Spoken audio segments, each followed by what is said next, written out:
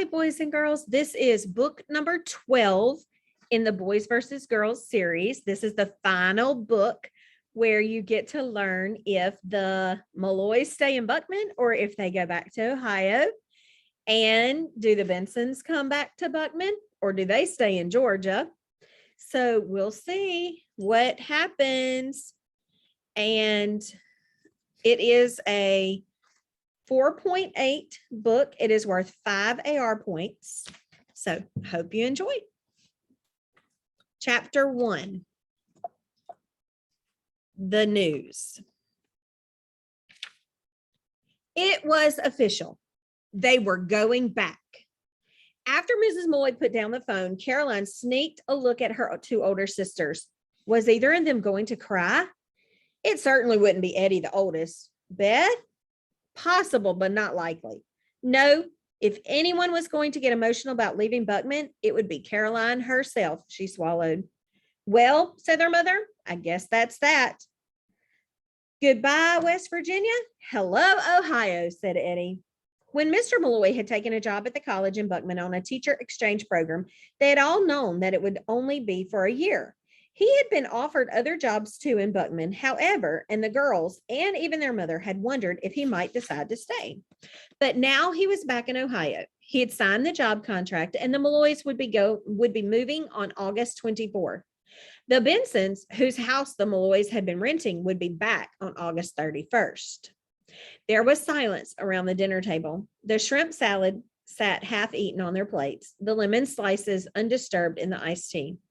Well, at least I get to finish our summer baseball, Eddie said at last. She'd be entering middle school when they got back home. I think I'm going to be sad, said Beth. I'll miss the library, being able to walk to it, I mean.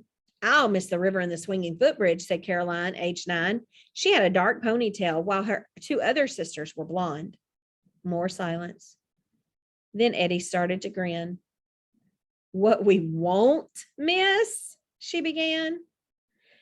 The girls glanced at each other and chimed together. The Hatfords, they laughed. But Caroline knew it wasn't true. They would miss the boys. Do you remember the day we moved in here? Eddie asked her sisters. How can we forget, said Beth. We caught them up on the roof of their house watching us from across the river. And they dumped dead birds and squirrels on our side to make us think the river was polluted just so we'd go back to Ohio, said Caroline. Well, you never told me that, said her mother. Ha, said Eddie. We never told you half the stuff those dumb boys did. Caroline knew, of course, that the Hatford brothers, Jake and Josh and Wally and Peter, weren't dumb in the least. Annoying, disgusting, and conniving, yes. But they had outwitted the girls on several occasions and entertained them on others. And though Eddie might not admit it, the girls had never had so much fun in their lives. Later that evening, when Mrs. Malloy was packing up books in the living room and the girls were doing the dishes, Eddie said, you know, if we've got only 3 more weeks here, we'd better make them count. Doing what? Asked Beth. Showing the Hatford boys once and for all who's in charge. What else? In charge of what? Asked Caroline. We're moving back to Ohio. How can we be in charge of anything? In charge of us. In charge of them. What I mean is, we have to show them we won. I didn't know we were at war, said Beth. Of course you did, said Eddie. War broke out the first day we got here. I just don't want those guys telling the Benson boys that they led us around the nose all year, that they tricked us so many times we didn't know up from down. We've got to pull a couple more tricks ourselves. Maybe we could just do something fun with them, said Beth. We don't have to fight. Did I say fight? Asked Eddie. I simply want them to remember that the Malloys are not to be messed with. We'll have fun, all right. Trust me. Caroline sighed and took the pan Beth handed her, wiped it off, and put it back in the cupboard. Everything was a competition with Eddie, a race, a contest. There had to be winners and losers, first place and second, the champions and the defeated. All that Caroline, actress to be, wanted to do before they left was sneak into the old elementary school auditorium a few more times and act out little scenes up on a real stage. Her elementary school back in Ohio didn't have an auditorium with plush seats for the audience. It didn't have a stage with lights and scenery and a velvet curtain to pull when a performance was over. The only place to put on a production in the school back home was the gym, which also served as a lunchroom and usually smelled of bananas and pizza. So, said Beth to Eddie, what are we going to do? Eddie's eyes narrowed. In fact, they almost seemed to glow, Caroline thought. Like a wolf's eyes, glowing eyes on Eddie were bad news. That meant she was up to something. And whatever it was, Beth and Caroline would get blamed for it too. Well, you know how Jake brags about all the wild things they used to do when the Bensons lived here? I'll bet they didn't do half the stuff he says they did. Knob Hill, the old Indian burial ground where the spirits roam at night. Ha! Okay, Jake, take us there. I'm going to tell him. The old coal mine? Hey, let's go. Smuggler's Cove? I'm up for it. Caroline didn't especially like the sound of roaming spirits or an old coal mine. And the one time they had been to Smuggler's Cove with the boys, she had almost got thrown into the water. But the possibility of Eddie and Beth doing anything without her was unthinkable. So she said what she had to say. Sure. We'll tell Jake to put up or hush up, said Eddie. But be nice to Josh, said Beth. He's not so bad. And Peter's cute. Wally? Well, Wally's just Wally, said Caroline. Girls, their mother said, coming to the doorway, each day from now until the 24th, I want you to pack at least 3 things. I've put a box in each of your rooms, and if you pack a little every day, it won't be such a chore at the end. If we keep packing stuff, we'll run out of clothes to wear, said Beth. They'll all be in boxes. That's the idea, said Mrs. Malloy. We want to be ready to go so that as soon as the movers have loaded our things into the van, we can get in the car and drive off. The girls trooped upstairs, but instead of sorting through their clothes, they sat down on the floor by the window in Caroline's room and gazed out at the river and the house beyond where the Hatfords lived. The Buckman River flowed into town on one side of Allen Avenue. Do you remember the bottle race we had on the river? Asked Beth. Yeah, and the time the boys brought over the box with the chiffon cake in it, only we thought it was dead birds or something and threw it in the water. Caroline said, it's going to be boring walking to school on the sidewalk instead of the swinging bridge. Oh, for Pete's sake, let's quit moaning, said Eddie. Let's each throw 3 things into our packing boxes and then go downstairs and call the Hatfords. I'll do the talking. She stood up and yanked open one of Caroline's dresser drawers. She pulled out a pack of Uno cards, a necklace, and a pair of underpants and tossed them into the empty box Mrs. Malloy had placed on Caroline's bed. Next, she said, and led them into Beth's room. There, Eddie opened the closet, grabbed a belt, and tossed it into Beth's box. She found a book and a pair of loafers and added those. Next, she crowed. In her own room, she put 2 pair of socks and a baseball cap into the packing box. Done, she said. And they all marched downstairs and crowded around the phone in the hallway. As usual, after Eddie dialed, she held the phone slightly away from her ear so that her sisters could hear. Hello, she said. Peter? Caroline moved in a little closer. This is Eddie, he said. How are you doing? Okay, came Peter's voice, and Caroline and Beth grinned at each other. He was the youngest of the Hatfords, just out of 2nd grade. How's your summer going? Asked Eddie. Boring, Peter replied. Really? Well, maybe we can liven it up a little. Is Jake around? No, said Peter. What about Josh? He's not here either. Wally? Where is everyone? Mom's at work and Dad's cleaning out the gutters. Jake and Josh are holding the ladder and Wally's picking up the stuff that comes out of the rain spouts. Yuck, said Eddie. Well, when they come in, would you give your brothers a message? Okay. Tell them that we're moving back to Ohio, and before we go, we want them to show us Smuggler's Cove, Knob Hill, and the old coal mine. Got it? There was silence on the other end of the line. Got it? Eddie asked. Does this mean you won't bake any more cookies for me? Came Peter. I'm afraid so, Eddie said, but we'll bake up a big batch just before we leave, okay? I'm going to be sad, said Peter. I know, buddy, said Eddie, but that's life. Chapter 2, Suspicion. Why, Wally wondered, when his mom worked in a hardware store, did the Hatfords have a rickety old ladder that had to be held on both sides when anyone climbed it? And why, when their dad was up on the ladder, did Jake and Josh get to hold it while Wally, had to scoop up the smelly muck that Mr. Hatford was hosing down the rain spouts? Even though Wally was wearing his dad's work gloves, he hated the feel of soggy leaves, dead bugs, sharp twigs, and mold in his hands as he dumped it all in the trash barrel.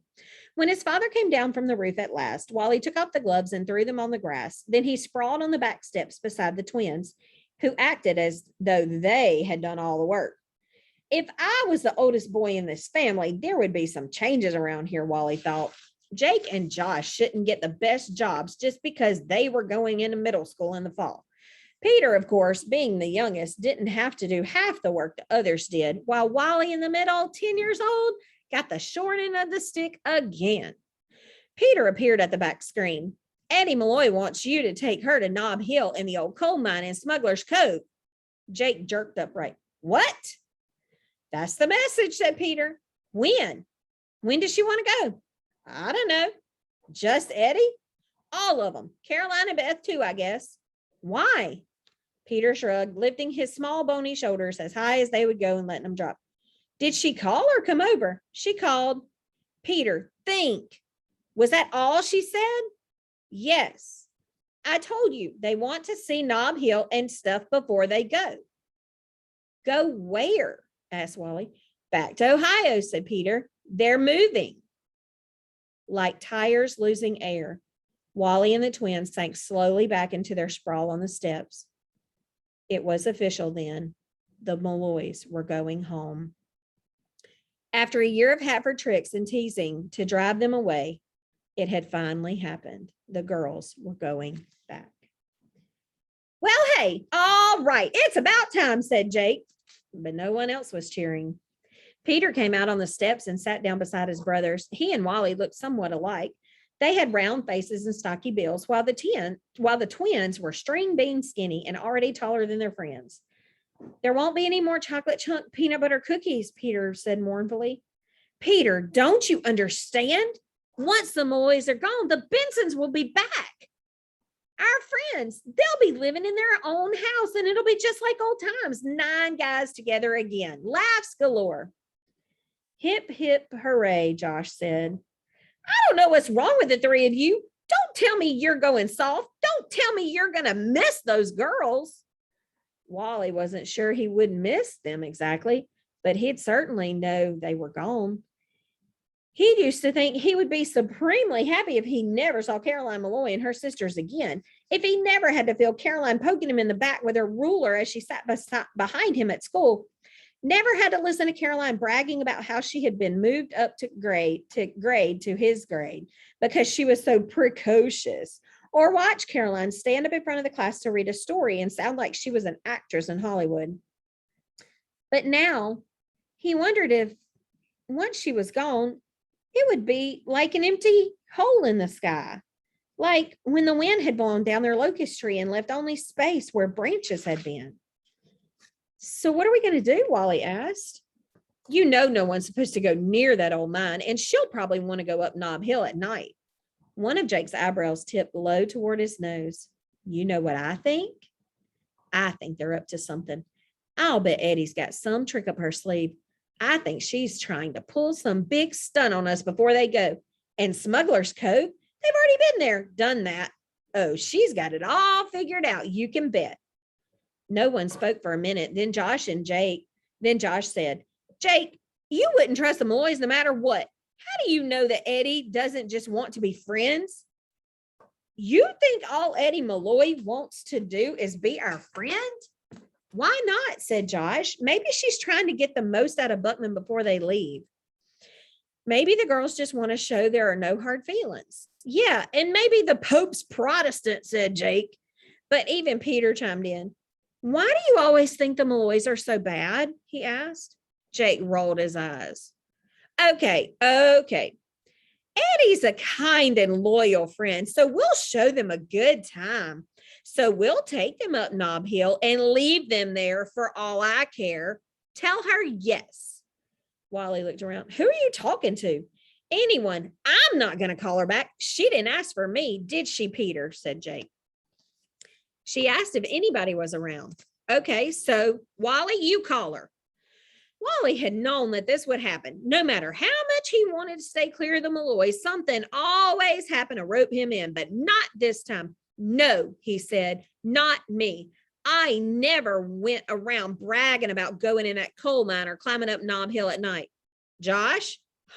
Said Josh. Okay, Peter, call Eddie back and tell her yes. The boys went into the house and sat at the kitchen table while Peter dialed the number.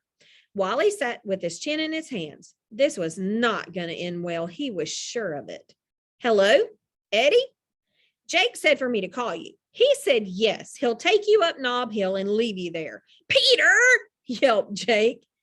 Joke, he said to Eddie. Sure, we'll show you around. Just let us know when you want to go.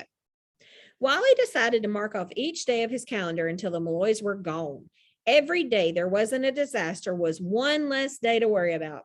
But when Wally woke up the next morning and went downstairs, the Malloy girls were sitting on his front porch.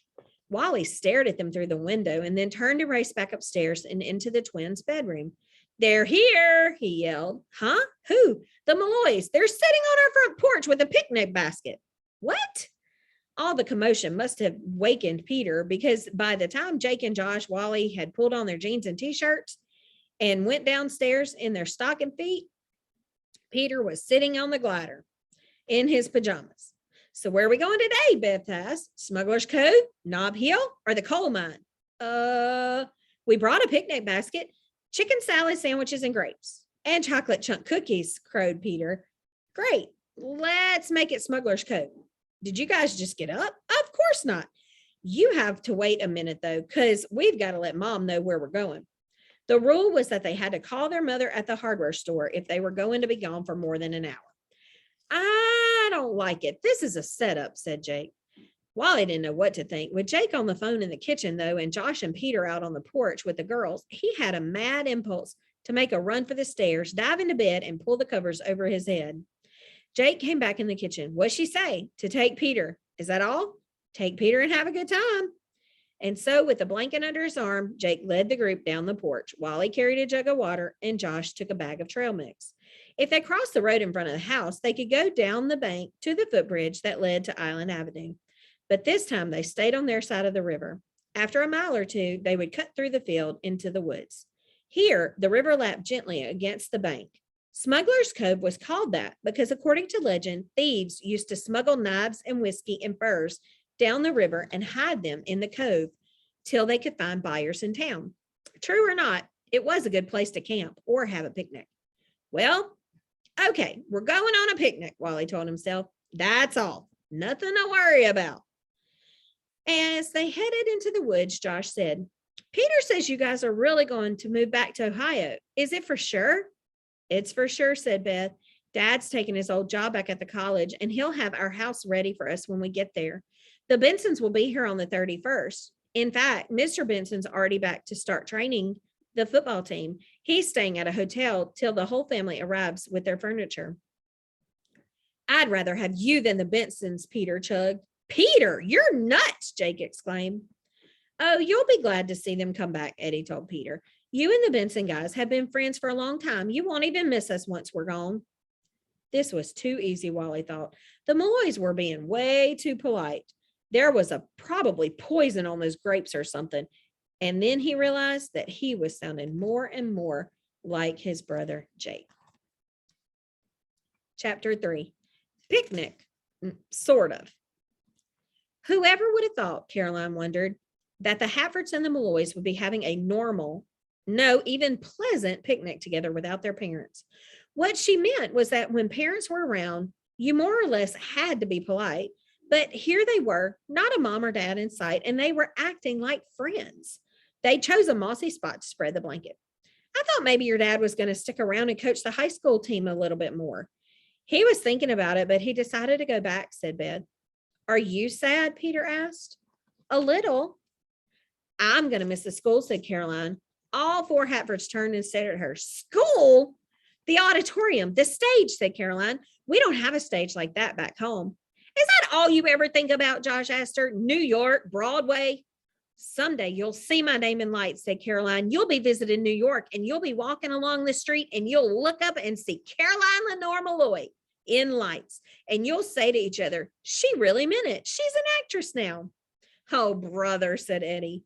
Well, we're going to have a great time when the Bensons come back. Man, we've known them our whole lives practically. We're like brothers almost. And you're like sisters, said Peter, with his face breaking into an angelic smile. You didn't treat us like sisters the last time we were here. You tried to throw Caroline in the river. We treated you exactly as though you were sisters. You followed us on a camp out and tried to spy on us, said Josh. Yeah, I woke up and found Caroline's hand creeping under the side of my tent. She was trying to throw my clothes in the river. Well, that's all water over the bridge, said Eddie, unwrapping the chicken salad. We're only going to be here a few more weeks, so it would be nice if we all got along for a change. Caroline stared at her sister. Had Eddie actually said that? This is all so polite, it's disgusting, said Jake. We need some kind of excitement while we eat. Caroline, why don't you recite something creepy? Caroline did not think she had heard him correctly. Someone was actually asking her to perform? One of the Haffords? Jake?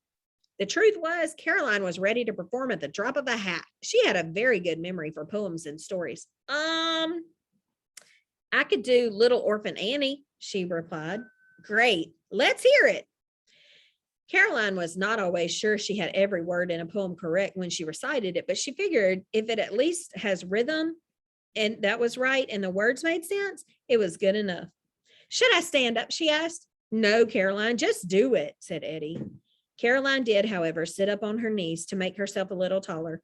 She swallowed and cleared her throat, waiting until the grapes had gone around the circle before she began in her dramatic voice. Little orphan Annies come to our house to stay and wash the cups and saucers up and brush the crumbs away and shoo the chickens off the porch and dust the hearth and sweep and make the fire and bake the bread and earn her board and keep. Her what? Asked Peter. Her allowance, said Wally. Shh, Caroline continued. And all of us other children, when the supper things is done, we sit around the kitchen fire and has the mostest fun, listening to the witch tales that Annie tells about and the goblins that'll get you if you don't watch out. Peter's eyes were wide open at this point. Jake and Josh were smirking as usual, but people always enjoyed this poem when Caroline recited it, especially the goblin part. She went on. Once there was a little boy who wouldn't say his prayers, and when he went to bed at night away upstairs, at that moment, Caroline felt a tickle down her spine and was thrilled to think she could recite something so expressively that it affected even her. His mammy heard him holler and his daddy heard him bawl. A creeping, crawling sensation replaced the tickle, and she gave a little shudder. And when they turned the covers down, he wasn't there at all. Now the crawling was moving sideways. Suddenly, Caroline began grabbing frantically. There's a bug on me. There's a bug down my shirt. And I think I know who put it there, said Eddie, glancing to Jake, who had moved just a little close to Caroline and was scooting away as fast as he could. Get it out, she screamed. Help, Eddie, it's crawling all over me. Jake rolled on the ground laughing as Caroline jiggled and danced and swatted and clawed until finally a black beetle dropped onto the blanket from beneath their t-shirt. Man, I wish I had a camera, said Josh, holding his sides. Caroline, you could go on stage for comedy night with that act. Even Peter was laughing, but Caroline was still screaming. You can stop now, Caroline. It's dead after all your bashing. Okay, that's enough entertainment. Let's eat. I'll make the sandwiches. Chicken salad for everybody. She opened the loaf of bread and began passing along a sandwich for each. Caroline was mortified and angry. It was rude to interrupt an actress like that. If that had happened in a theater in New York, the stage manager would have rushed out from behind the curtain to help. The ushers would have taken the person who had done it straight up the aisle and out the door. Okay, go ahead, Caroline. No more bugs, Jake promised. I think you were mean and rotten to do that. And if you want to know what happens next in the poem, you'll have to read it yourself. No, thanks. Well, I want to hear the rest, said Peter. Tell that to your brothers, Caroline muttered. Was nobody going to come to her aid? Eddie and Beth just went on passing around food. Jake and Josh and Wally took turns digging their hands in the chips. Nobody besides Peter really wanted to hear the rest of the poem. Caroline kept her head down as she nibbled around the crust of the sandwich. Now she knew how it felt when a play bombed and there was no encore. Sometimes she knew audiences even hooted and booed. That's okay, Caroline told herself. She would learn how to take humiliation. She would learn to accept defeat. Caroline would perform for a person alone for always, always. The show must go on. Hey, came Jake's voice. Caroline looked up. What is this? He said, spitting something out. It was small, it was black, it was mangled. But Caroline could make out what it was, or what it had been. The black beetle that had been dropped down her shirt. We're just returning the favor, Jake, Eddie laughed. Give your sandwich a little spice. Yuck! It's dead after all. You're not afraid of a dead bug, are you? 3 more weeks and you'll be back in Ohio, said Jake. Then you can torment somebody back there. I'll bet your neighbors can't wait. You started it, said Eddie. We invited you to a picnic, and look what happened. Okay, we're sorry, said Josh. Where did you want to go next? How about Nob Hill? Asked Eddie. In the dark. About midnight, maybe?